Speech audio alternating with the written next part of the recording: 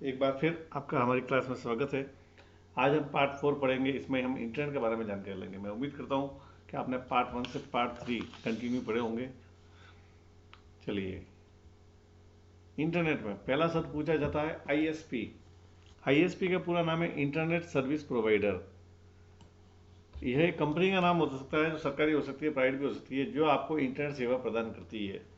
का इंटरनेट कहाँ से आता है? वो इंटरनेट सर्विस प्रोवाइडर है। जैसे आजकल कई लोग जियो इस्तेमाल करते हैं, जो एक प्राइवेट कंपनी है, या बीएसएनएल हो सकता है, एयरटेल हो सकता है, या और भी कोई प्राइवेट कंपनी हो सकती है जो आपको इंटरनेट सेवा प्रदान करती हो।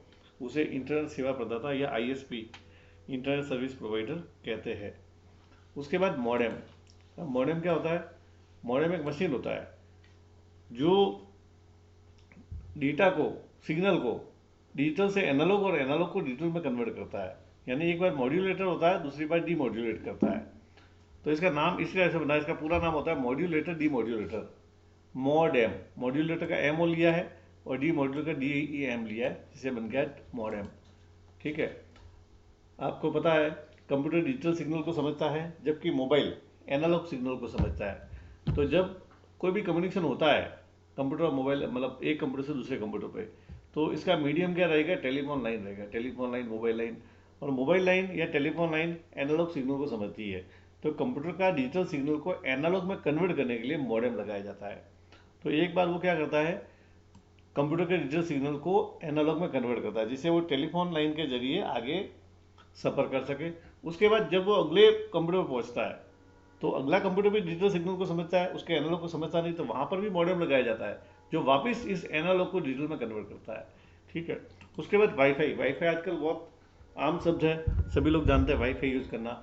वाईफाई का पूरा नाम होता है वायरलेस फिडेलिटी। ठीक है। आप जैसे अपने फ़ोन में वाईफाई यूज़ कर रहे हो, ठीक है, अगर आपको कोई वाईफाई फ्री में मिल रहा है तो यूज़ करो, या फिर किसी का हॉटस्पॉट लेके वाईफाई यूज़ कर रहे हो, तो वायरलेस फिडेलिटी, जो बिना कनेक्शन पे आपको इंटरनेट की सुविधा प्रोवाइड करता है। अब इंटरनेट और इंट्रानेट दो शब्द है।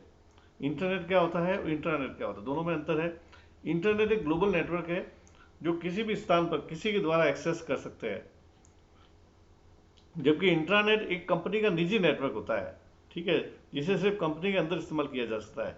अगर एक कंपनी का निजी नेटवर्क है जिसमें कंपनी वाले आपस में सूचनाओं का आदान प्रदान कर सकते हैं उस नेटवर्क में, तो उसको बोलते हैं इंट्रानेट। जबकि इंटरनेट एक वर्ल्ड वाइड ग्लोबल नेटवर्क है जो आप और हम इस्तेमाल करते हैं। अब दोनों टीएसपी आईपी प्रोटोकॉल का उपयोग कर वर्ल्ड वाइड वेब को एक्सेस करते हैं। इंटरनेट यूजर इंटरनेट पर जा सकता है, जो इंटरनेट वाला है वो इंटरनेट पर जा सकता है, लेकिन इंटरनेट वाला किसी के निजी नेटवर्क में नहीं घुस सकता। ठीक है ना, ये इसकी लिमिटेशन है। उसके बाद यूआरएल। यूआरएल क्या होता है? Uniform resource locator. जब आप कोई वेब एड्रेस ढूंढते हो, तो वो यूआरएल को द्वारा आपको उस उचित, जो उस लिंक तक पहुंचाता है। तो यूआरएल का पूरा नाम है यूनिफॉर्म रिसोर्स लोकेटर। इंटरनेट संसाधनों से जुड़ने के लिए संसाधनों की लोकेशन या एड्रेस का उल्लेख करना आवश्यक होता है। जैसे आप कोई भी एड्रेस देते हो, H T T P www. तो ये एच टी टी पी एक प्रोटोकॉल है ना। फिर होस्ट साइट का नाम होगा www.mywebsite.com, होस्ट साइट। उसके बाद एक डायरेक्टरी, उसके बाद एक फाइल का नाम, जो आप लिंक ढूंढ रहे हो। इस पूरे जो लिंक है, domain name, host name, protocol, ये पूरा जो मिल के एक यूआरएल बनता है। यानी उस फाइल का एग्जैक्ट एड्रेस क्या है, उसको यूआरएल कहते हैं। इंटरनेट आपकी फाइल कहाँ पे ढूंढेगा, कौन सी रूट डायरेक्टरी में कौन सी फाइल ढूंढेगा, कौन से फोल्डर में सब फोल्डर है फाइल है, तो वो पूरा जो लिंक है, ठीक है, एच से लेके लास्ट डॉट कॉम तक, वो यूआरएल है। उसके बाद इसमें ई कॉमर्स का एक क्वेश्चन आता है हमेशा। ठीक है। E commerce. ई कॉमर्स को समझने से पहले, ई कॉमर्स का सामान्य अर्थ क्या है? इंटरनेट पर जो कॉमर्स होता है, व्यापार लेन देन, उसको ई कॉमर्स कहते हैं। ई का मतलब है इलेक्ट्रॉनिक कॉमर्स। अब B to C, B to B, C to C, ये ई कॉमर्स के कुछ टाइप्स है। जैसे C to C, B to C, B to C का मतलब बिजनेस टू कंज्यूमर। एक बिजनेस है, कंज्यूमर को सामान बेचता है, वो बी टू सी है। जैसे अमेजोन पे आप सामान खरीदते हो, तो अमेजोन एक बिजनेस है, कंपनी है, वो कस्टमर को सामान डायरेक्ट दे रही है, तो वो B to C, business to consumer, consumer या कस्टमर। दूसरा है B to B, business to business. Business जो बिजनेस को ही बेचता है। जैसे आपने देखा होगा व्यापारी लोग, डीलर है या कंपनी है, वो एक बड़े डीलर को या होलसेलर को बेचती है, मतलब आम ग्राहक को नहीं बेचती। तो ऐसे जो ऑनलाइन मार्केट है वो बी टू बी कहलाते हैं, जहाँ बड़ी कंपनी छोटी कंपनी को माल सप्लाई करती है, तो वो बी टू बी मार्केट हो गया, है ना। फिर है C to B, customer to business, consumer to business. जहां कस्टमर बिजनेस को माल दे रहा है या कुछ सामान दे रहा है, वो क्या हो गया, C2B। ठीक है। और एक है C2C, कंज्यूमर टू कंज्यूमर। अगर एक कंज्यूमर दूसरे कंज्यूमर के कांटेक्ट में आ रहा है तो वो C2B हो गया, है ना। C2C consumer to consumer. जैसे आपने OLX पे देखा होगा, आपको कोई पुरानी चीज बेचनी हो तो आप बेच सकते हो। किसको बेचोगे, सामने भी आपकी तरह कस्टमर खड़ा होगा तो उसको नीड होगी तो वो खरीद लेगा। उसको कोई चीज बेचनी है, आप भी कंज्यूमर वो भी कंज्यूमर, तो C2C हो गया। ठीक है। उसके बाद आजकल आम एक शब्द हो गया M कॉमर्स। M कॉमर्स मतलब मोबाइल कॉमर्स। अब मोबाइल का उपयोग करके भी लोग कई व्यापार करते हैं, लेन देन करते हैं, तो उसको M कॉमर्स कहा जा सकता है। ठीक है। भले वो मोबाइल के किसी भी फीचर का उपयोग करके करे, मैसेज करके करे, व्हाट्सअप करके करे, तो वो M कॉमर्स कहलाता है। तो ई कॉमर्स की तरह आजकल M कॉमर्स भी प्रचलन में आ रहा है। स्मार्टफोन और व्यक्तिगत डिजिटल सहायकों के माध्यम से माल या सेवाओं की ऑनलाइन खरीदी और बिक्री की जाती है। मोबाइल कॉमर्स वास्तव में आपकी जेब में एक रिटेल स्टोर जैसा होता है। ठीक है। अब इसके अलावा अपन पढ़ते हैं ऑनलाइन शॉपिंग की वेबसाइट। जैसे ऑनलाइन अपन देखा ई कॉमर्स, तो ई कॉमर्स की कुछ फेमस वेबसाइट है, उनके नाम देखिए, हो सकता है क्वेश्चन में आया था, आप दे सकते हो जवाब। जैसे अमेजोन, सबसे फेमस है अमेजोन। अमेजोन है, फ्लिपकार्ट है, स्नैपडील.com है, पेटीएम मॉल.com है ना। एक पेटीएम मनी आता है, वो फाइनेंशियल समरी है, पेटीएम मॉल है जो ऑनलाइन ई कॉमर्स का है। eBay.in है, जबोंग.in है, जबोंग.com है, मंत्रा.com, शॉपक्लूज.com, पेपरफ्राई.com और homeshop18.com। ठीक है। उसके बाद ई बाजार। ई बाजार एक क्या है, ये ई कॉमर्स वेबसाइट है जो राजस्थान सरकार संचालित करती है। तो ये ई बाजार एक ऐसा पोर्टल है जो खुद राजस्थान सरकार द्वारा शुरू किया गया है। राजस्थान सरकार ने ई बाजार शुरू किया, जिसके माध्यम से राज्य के सभी नागरिक, भले वो शहरी हो या ग्रामीण हो, सही और वाजिब दाम पे वस्तुओं को आसानी से खरीद सकते हैं। इसमें क्या होता है, कोई भी आपको सामान चाहिए, गवर्नमेंट से चाहिए, तो आप अपना ऑर्डर जो है ebazaar.rajasthan.gov.in पर डाल सकते हो। इससे सभी ऑर्डर जिला डाकघर में ई मित्र कियोस्क पर प्रोसेस होंगे। यहाँ पर ग्राहक अपना ऑर्डर प्राप्त करने के लिए OTP दिखाना पड़ेगा। जैसे आपको मिलेगा ना, आप लोकल ई मित्र से आप ले सकते हो सामान, OTP दिखा के वेरीफाई कर सकते हो। तो ये राजस्थान सरकार द्वारा चलाई जाने वाली ई कॉमर्स है ई बाजार। इसका भी क्वेश्चन आता है। अब 11 बिंदु लेते हैं सोशल नेटवर्किंग साइट्स। अब जैसे ये ऑनलाइन ई कॉमर्स साइट होगी, पहले जो अपने पढ़ी अमेजन वगैरह, अब सोशल नेटवर्किंग, सोशल मीडिया आजकल बहुत प्रचलित है और आज हर व्यक्ति के हाथ में फ़ोन है जो ये सब चीज़ें इस्तेमाल करता है। जैसे फेसबुक है, ट्विटर है, लिंक्डइन है, व्हाट्सअप है। ये कुछ सोशल मीडिया की वेबसाइट है ना, जिसके बारे में पूछा जा सकता है। अब बात करते हैं कंप्यूटर का शिक्षा के क्षेत्र में उपयोग। तो कंप्यूटर का शिक्षा के क्षेत्र में भी बहुत उपयोग है। आजकल सारी पढ़ाई ऑनलाइन हो रही है, ई लर्निंग हो रही है। जैसे आप भी यूट्यूब के माध्यम से देख रहे हो तो ई लर्निंग पढ़ाई है। तो ऐसे ई लर्निंग वेबसाइट्स आ गई है, जिसमें आप ई लर्निंग में इतना आसान हो गया, आपका जो कंटेंट है यानी जो सामग्री है, पहले जब आप पढ़ के करते थे, आज वही चीज़ एनिमेटेड वीडियो के जरिए आपको दिखाई जाती है और आपको वो पूरा कंसेप्ट क्लियर किया जाता है। एनिमेटेड वीडियो है, डायग्राम है, चार्ट्स है, ग्राफ्स है, उसके द्वारा आपको कोई भी टॉपिक अच्छी तरह से समझ में आ जाता है। ठीक है। अब इसके लिए कुछ मॉक्स है, मॉक मतलब मैसिव ओपन ऑनलाइन कोर्सेज। कुछ ऐसी वेबसाइट है जो ये जो कोर्सेज है या यूनिवर्सिटी कोर्सेज है, डिग्री कोर्सेज है, वो आपको ऑनलाइन मुहैया कराती है। इनका वेबसाइट्स का, इन जो पोर्टल्स का कई यूनिवर्सिटियों के साथ टाइप है। जैसे EDX है, एक फेमस वेबसाइट है जो आपको ऑनलाइन कोर्स प्रोवाइड करती है। आप यहाँ पे चाहो तो पढ़ाई कर सकते हो इस पोर्टल के माध्यम से। यूडेसिटी है, ठीक है, ये भी ऑनलाइन पोर्टल है। इसमें भी आपको विश्वविद्यालयों के कई पाठ्यक्रम और प्रोफेशनल कोर्स मिलेंगे। फिर कोर्सेरा है, यह भी एक लाभकारी शैक्षणिक प्रौद्योगिकी संगठन है, ऑनलाइन कोर्स चलाते हैं विश्वविद्यालयों के साथ, इनका टाइप भी है।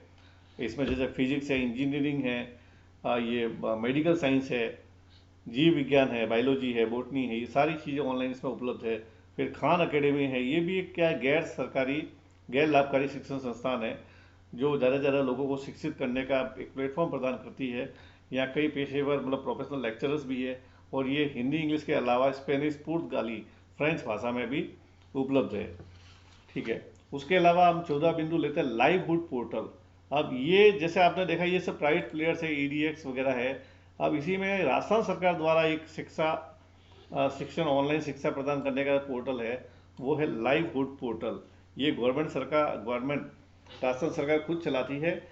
employment.livelihood.rajasthan.gov ये वेबसाइट है। लाइवहुड पोर्टल नौकरी खोजने वालों को रोजगार की योजना के बारे में जानकारी मिलती है। इसमें कई योजनाओं के बारे में जानकारी मिलती है, जैसे ST, ST, OBC, दिव्यांग, महिला या कमजोर वर्ग को नौकरी चाहने वालों के लिए जो भी विशेष योजना है वो इसमें आप देख सकते हो। और कई भी गवर्नमेंट के प्रोजेक्ट है जो आपके कौशल विकास के लिए, जैसे आजकल है RKSCL है, RSLDC, ITI जैसे निकाय द्वारा राज्य के नागरिकों को जो कौशल के लिए जो ट्रेनिंग दी जाती है उसके बारे में भी आपको यहाँ से जानकारी मिलती है। उसके अलावा एक और पोर्टल है राज ई ज्ञान। राज ई ज्ञान क्या है? ये जैसे ऊपर वाला प्रोफेशनल लोगों के लिए, वैसे ही राज ई ज्ञान स्कूल लेवल के बच्चों के लिए है, जिसमें हर कक्षा के छात्रों की विषय वस्तु सामग्री कंटेंट इस पोर्टल में उपलब्ध है।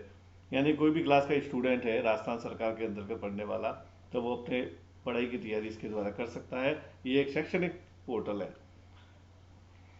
फिर IITs, free course by IITs के द्वारा भी फ्री कोर्स है। National programme by technology enhanced learning, NPTEL, मानव संसाधन विकास मंत्रालय द्वारा एक प्रोजेक्ट है जिसके तहत इंजीनियरिंग के स्टूडेंट है, साइंस के हैं, प्रौद्योगिकी के हैं, प्रबंधन मैनेजमेंट के हैं, इनके सारे कोर्सेज ऑनलाइन माध्यम से इनकी पढ़ाई की जाती है। इंडिया के जो 7 फेमस IIT है और IISc बेंगलोर द्वारा किया हुआ एक संयुक्त पहल है, मतलब इनके सपोर्ट से किया हुआ एक पोर्टल है जिसमें IIT संबंधी आप पढ़ाई कर सकते हो, टेक्नोलॉजी संबंधी।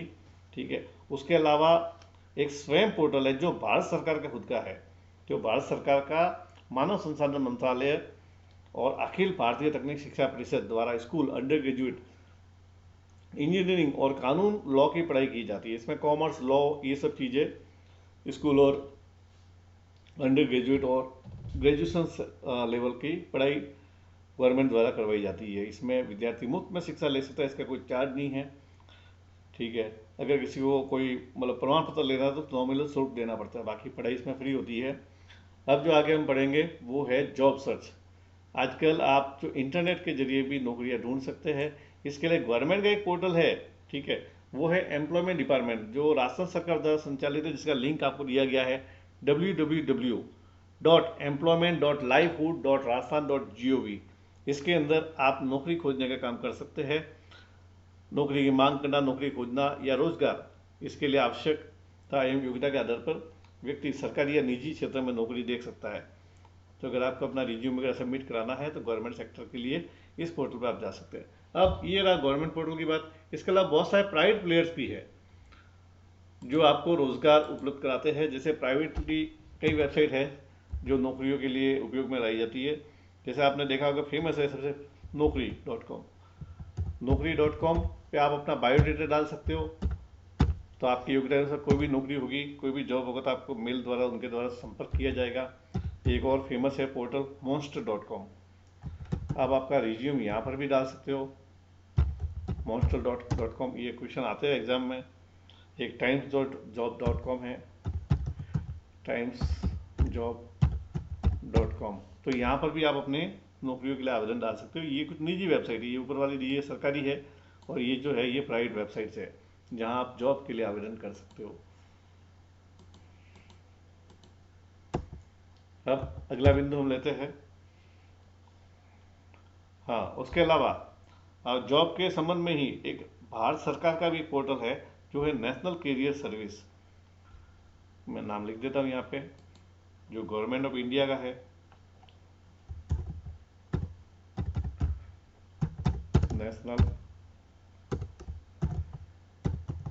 कैरियर सर्विस, ठीक। NCS पोर्टल, राष्ट्रीय कैरियर सेवा प्रोजेक्ट, श्रम एवं रोजगार मंत्रालय भारत सरकार की पहल है जिसका उद्देश्य कैरियर संबंधी सेवाएं प्रदान करना है। इसे नियोक्ता को सही कौशल प्रदान करने, रोजगार सृजन करने के उद्देश्य से शुरू किया गया है। जो भी एम्प्लॉयर्स है उनके द्वारा अच्छे अच्छे एम्प्लॉयज़ इसके द्वारा ढूंढे जाते हैं और युवक युवतियों को रोजगार दिया जाता है।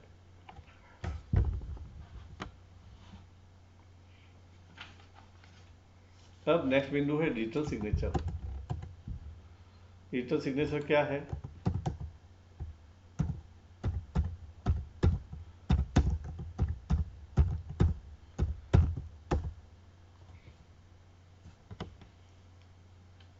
जैसे अपन हाथ से सिग्नेचर करते हैं या मोहर लगाते हैं, उसी के अनुसार आजकल कंप्यूटर से डिजिटल सिग्नेचर किए जाते हैं। डिजिटल सिग्नेचर इलेक्ट्रॉनिक साइन या इलेक्ट्रॉनिक हस्ताक्षर के रूप में भी जाना जाता है। यह डिजिटल हस्ताक्षर के द्वारा डिजिटल दस्तावेज डॉक्यूमेंट्स को प्रमाणित कर स्वीकृति प्रदान की जाती है। इसे पीडीएफ डॉक्यूमेंट, ईमेल संदेश, वर्ड डॉक्यूमेंट, ई कॉमर्स, वित्तीय लेन देनों के साथ इस्तेमाल किया जा सकता है। तो आजकल इंटरनेट के ज़माने में आप हाथ से साइन नहीं कर सकते ऑनलाइन, तो डिजिटल सिग्नेचर कर सकते हैं। यह प्रमाण है कि आपने उसको वेरीफाई किया है, डॉक्यूमेंट कोई भी चीज़ को आप डिजिटल सिग्नेचर से भी प्रमाणित कर सकते हैं।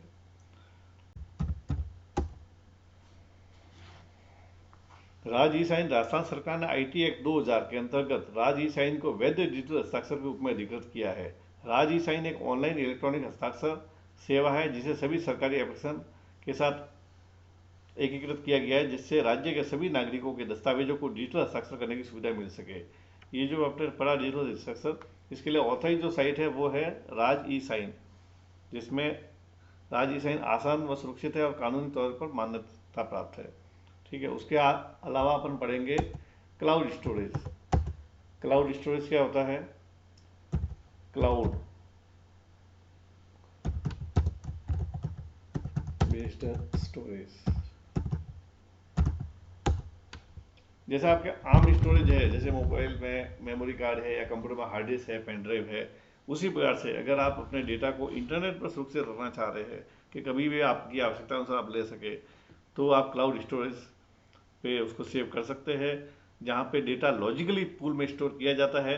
इसको फिजिकल वातावरण को एक होस्टिंग कंपनी संभालती है। इन कंपनियों की जिम्मेदारी है कि आपका डेटा किस टाइप से सुरक्षित रहे और आपको जब भी जरूरत हो तो मिल सके। Computer web service, application, programming interface जैसे cloud desktop storage, cloud storage gateway या वेब आधारित कंटेंट मैनेजमेंट सिस्टम द्वारा क्लाउड स्टोरेज से डेटा को एक्सेस कर सकते हैं। इसमें कुछ प्रमुख है, जैसे Google Drive, Microsoft OneDrive, Dropbox या बॉक्स प्रमुख क्लाउड स्टोरेज सेवा है। इसमें एग्जांपल मैं आपको लिख देता हूँ। ठीक है, जैसे फेमस है गूगल, ये आपको कुछ स्पेस फ्री में भी देती है कि आप अपना डेटा है, अगर आपका मेमोरी कार्ड भर जाता है तो वहाँ पे डाल सकते हो। 25 GB तक सामान्य कंपनियाँ देती है। गूगल ड्राइव, माइक्रोसॉफ्ट वन,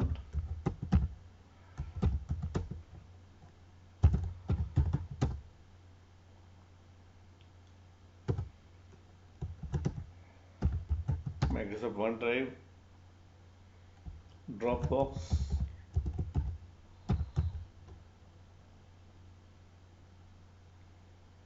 ये कुछ खास क्लाउड स्टोरेज सेवा प्रदाता है जो आपको फ्री में क्लाउड स्टोरेज देते हैं। कुछ लिमिटेड फ्री में मिलता है, फिर उसके बाद ये कुछ चार्ज लेते हैं। उसके बाद लास्ट है राजस्थान ई वॉल्ट,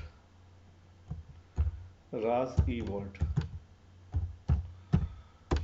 अब जैसे ये डेटा स्टोरेज के प्राइवेट प्लेयर्स है, वैसे ही राजस्थान सरकार का भी डिजिटल जो है दस्तावेज प्रबंधन प्रोग्राम है, जिसका उपयोग अधिकाधिक दस्तावेज और प्रमाण पत्रों के डिजिटल सत्यापन के लिए किया जाता है। राजस्थान के सभी नागरिक अपने सभी प्रकार के दस्तावेज या प्रमाण पत्र जैसे ड्राइविंग लाइसेंस है, पैन कार्ड है, शैक्षणिक प्रमाण पत्र है, मार्कशीट, जमीन की रजिस्ट्री आदि को ई वॉल्ट पर अपलोड कर सकते हैं और किसी भी समय कहीं से भी एक्सेस कर सकते हैं।